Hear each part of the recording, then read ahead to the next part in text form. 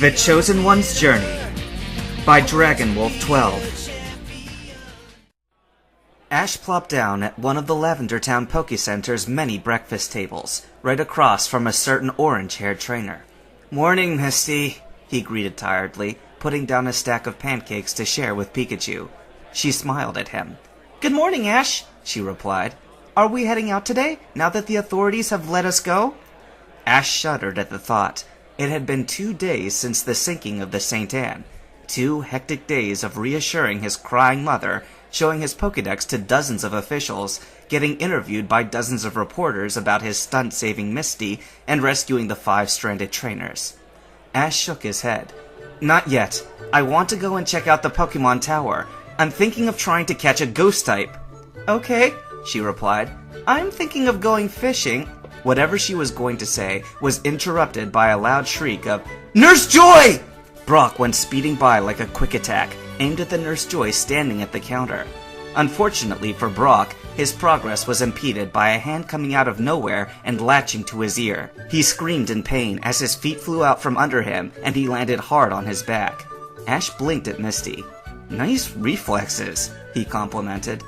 "Anyway," Misty continued, as if this was an everyday occurrence, which it was, "there are lots of water Pokemon that can be found only in the sea.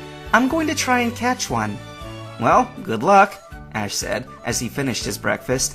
"I'll see you tonight." "All right, see you later," Misty waved. Ash stood up and took his plate to the counter. He then made his way to the phone and called Professor Oak.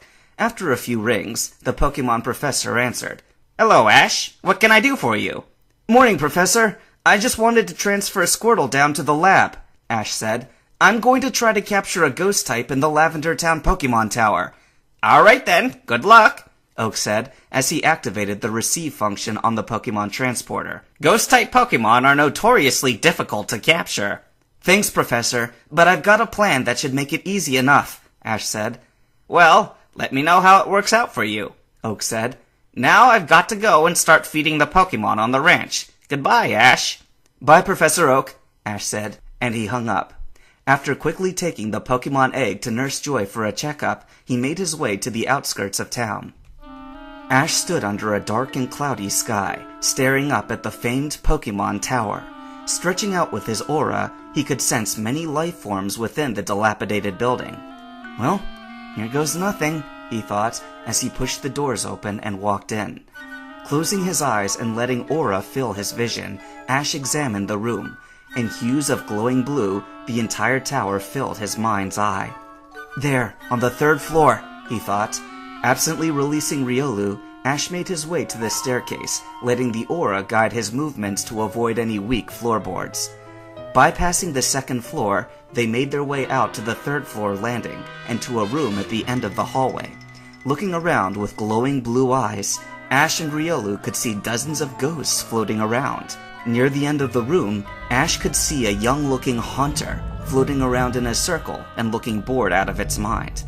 "That's the one," Ash thought, as he and Riolu made their way over. "Use your foresight," Ash told Riolu.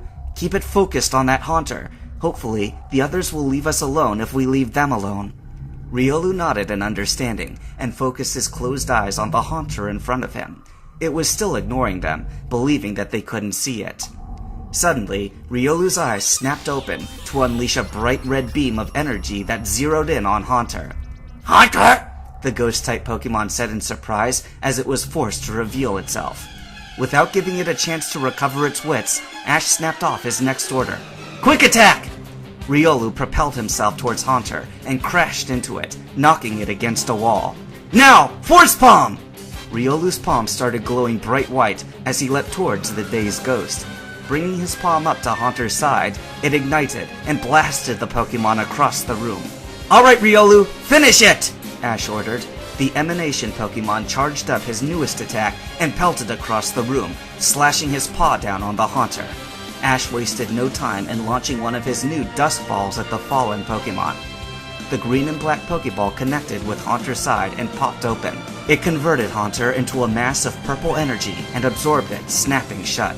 The Dust Ball rocked once, twice, 3 times, 4 times, and finally dinged at a successful capture. Riolu picked up the dust ball and handed it to Ash. Thanks, Riolu. You did really well in that battle. Riolu smiled at the praise, and they started making their way out of the building. As they walked, Ash pulled out his Pokédex and scanned his new Pokémon. Haunter, the gas Pokémon, and the evolved form of Ghastly. Because of its ability to slip through block walls, it is said to be from another dimension. This Haunter is male and has the ability Levitate. He knows the moves Lick, Hypnosis, Nightshade, and Confuse Ray. All right, Ash said to himself. Look out, Sabrina, 'cause here I come. Later that night, after a particularly intensive training session, which involved bonding to Haunter and breaking him into Ash's training methods, the young trainer arrived back at the Pokemon Center. After dropping his Pokemon off with Nurse Joy and collecting his egg, Ash looked around for his two friends. Spying them over at one of the dinner tables, he grabbed a plate of food and sat down next to Brock. Hey guys, what's up? He asked. Not much, Brock replied.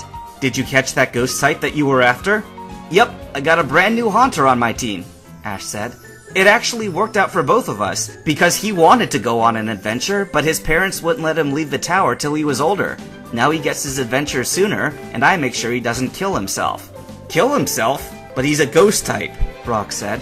Speaking of captures, Misty said, I caught the most adorable horsey today while fishing. Really? Ash asked. Nice. I hear Kingdra are powerful Pokemon.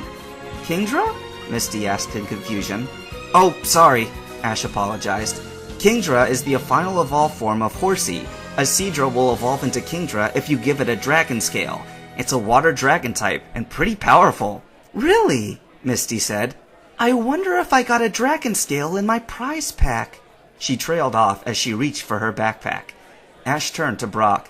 Are we ready to head out? I'd like to leave tomorrow morning if possible. The Pokemon breeder frowned in thought as he reached for his massive backpack. Muttering to himself and rummaging through it, he said, I don't think I have the proper supplies to make Pokemon food for a ghost poison type. Let's stop by the Pokemart in the morning, and I should be all set. Sounds good, Ash said, turning to finish his dinner. After dinner, they sat chatting for a while before deciding to hit the hay. As they started making their way towards their rooms, a sudden and familiar beeping coming from Ash's backpack made them all stop short. Ash, is that what I think it is? Brock asked. Ash wordlessly nodded his head, and he spun around and ran to Nurse Joy's counter. Nurse Joy! Ash said loudly. Yes? How can I help you? She asked, coming out of the back room. I think my egg is about to hatch, he said quickly, pulling the flashing egg out of his backpack. Oh my! She said worriedly. When I examined it this morning, I didn't think it was anywhere near ready to hatch. Quick, bring it to the back. Chansey! The large and pink egg Pokemon came bounding into the room, pushing a stretcher designed specifically for Pokemon eggs. Nurse Joy? Brock asked. Is there anything I can do to help? I'm a Pokemon breeder, and this could be an invaluable experience. As long as the egg owner agrees, the Pokemon nurse said after a moment's thought. I could use an extra hand. Go for it, Brock, Ash said. Will you need me in there too? Oh yes, Nurse Joy replied. It's important that you're the first person it sees, especially in a premature hatching like this. Ash nodded and followed them to the delivery room.